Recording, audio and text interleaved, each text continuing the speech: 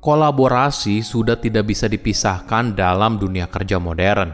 Tapi sayangnya banyak sekali kolaborasi yang kebablasan. Alhasil bisa bikin kamu jadi burnout. Halo semuanya, nama saya Michael. Selamat datang di channel saya, Sikutu Buku. Kali ini saya akan bahas bagaimana tips menjadi anggota tim yang baik. Ini merupakan rangkuman dari video TED Talk Rob Cross yang berjudul How to be a team player without burning out dan diolah dari berbagai sumber. Menjadi anggota tim yang baik merupakan keahlian penting yang harus kamu kuasai. Di tempat kerja modern, kolaborasi ibaratnya sudah jadi sesuatu yang tidak terpisahkan. Kamu tidak bisa lagi bekerja sendirian. Di dunia kerja, kamu dituntut untuk bisa bekerja sama dengan orang lain untuk menyelesaikan sesuatu, entah sebuah proyek atau secara reguler bekerja sama. Namun sayangnya, walaupun kolaborasi itu sangat penting, ada kalanya kolaborasi justru bisa kebablasan. Kita mungkin saja diajak meeting, tapi sebenarnya tidak ada kontribusi atau nilai tambah yang bisa kita berikan. Lama-kelamaan, hal ini yang bisa bikin kita jadi burnout. Sebelum kita mulai, buat kalian yang mau support channel ini agar terus berkarya, caranya gampang banget. Kalian cukup klik subscribe dan nyalakan loncengnya. Dukungan kalian membantu banget supaya kita bisa rutin posting dan bersama-sama belajar di channel ini. Tim dibentuk dengan berbagai alasan. Mungkin saja untuk mengerjakan sebuah proyek bersama atau bekerja bersama secara reguler. Apapun itu, energi dan kreativitas dari sebuah grup bisa mencapai hal besar dalam waktu yang lebih sedikit. Dalam sebuah organisasi apapun, menjadi anggota tim yang baik tentunya akan berpengaruh besar pada karir yang kamu jalani. Jika kamu menciptakan impresi yang baik di depan atasan, kamu tidak pernah tahu kesempatan apa yang akan diberikan. Nah, apa kualitas untuk jadi anggota tim yang baik? Pertama, fleksibel. Kolaborasi itu bicara soal kompromi. Ketika berhadapan dengan tantangan yang sulit atau deadline yang ketat, maka masing-masing anggota tim harus bersedia bertemu di tengah.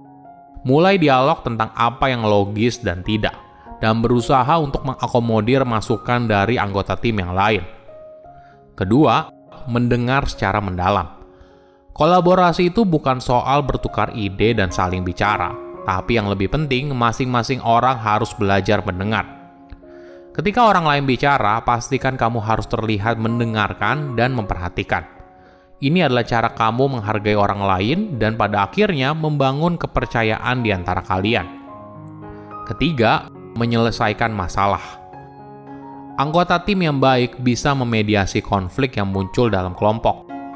Misalnya, ada anggota tim yang telat mengerjakan tugas sesuai deadline, atau ada yang berdebat soal ide pada sebuah proyek, dan sebagainya.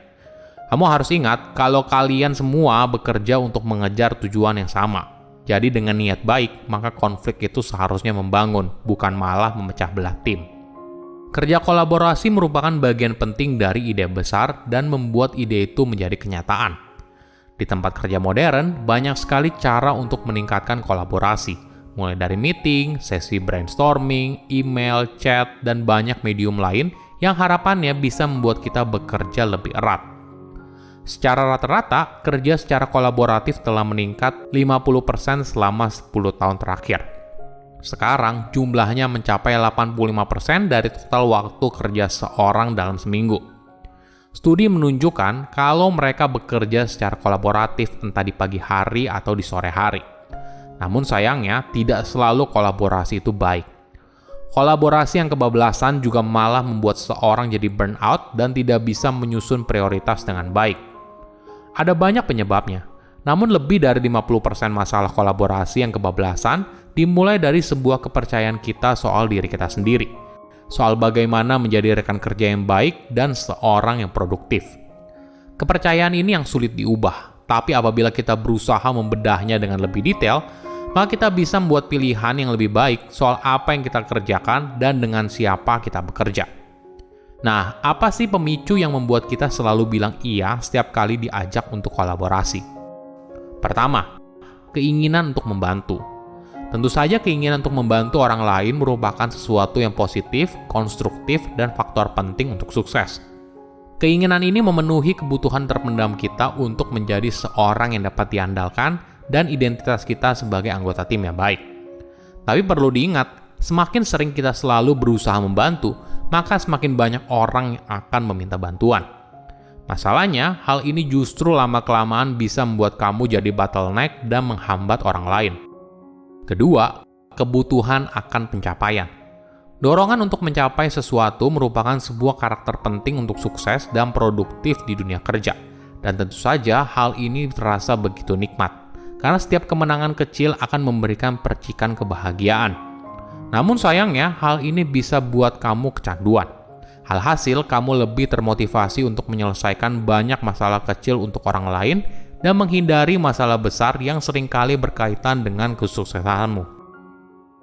Ketiga, rasa takut. Boleh dibilang di era sekarang, hidup kita seringkali dipenuhi oleh rasa takut. Rasa takut ketinggalan proyek yang menarik, peluang yang lebih baik, tempat kerja yang lebih baik, dan sebagainya. Kamu merasa perlu untuk menjadi bagian dari sesuatu. Cemas karena hal ini ibaratnya merupakan kesempatan terakhir.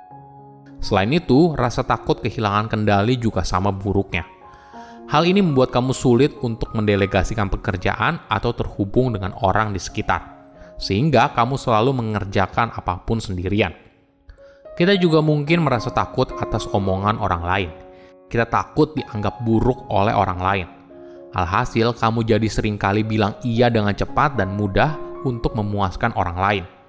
Sayangnya, semua rasa takut ini justru membuat kamu memilih keputusan yang tidak produktif dan pada akhirnya membuat kamu jadi burnout. Oke, apakah ada cara yang lebih baik? Pertama, belajar untuk bilang tidak. Jangan terjebak dalam sebuah kepercayaan kalau kamu tidak punya pilihan ketika seorang meminta bantuan. Jawaban kamu tidak harus antara iya atau tidak. Ketika kamu mendapat permintaan dari atasan atau rekan kerja, kemungkinan besar mereka tidak tahu apa yang sedang kamu kerjakan. Kamu bisa menjelaskan proyek apa yang sedang kamu kerjakan dan tenggat waktu yang mendesak. Jika kamu tidak punya sumber daya yang tersisa, maka kamu bisa mengatur ulang kapan kamu harus menyelesaikan pekerjaan tersebut atau mendelegasikannya ke orang lain. Ingat, ketika kamu bilang iya pada seseorang, artinya kamu bilang tidak pada orang lain. Jadi, hanya katakan iya pada hal yang benar-benar penting buat kamu.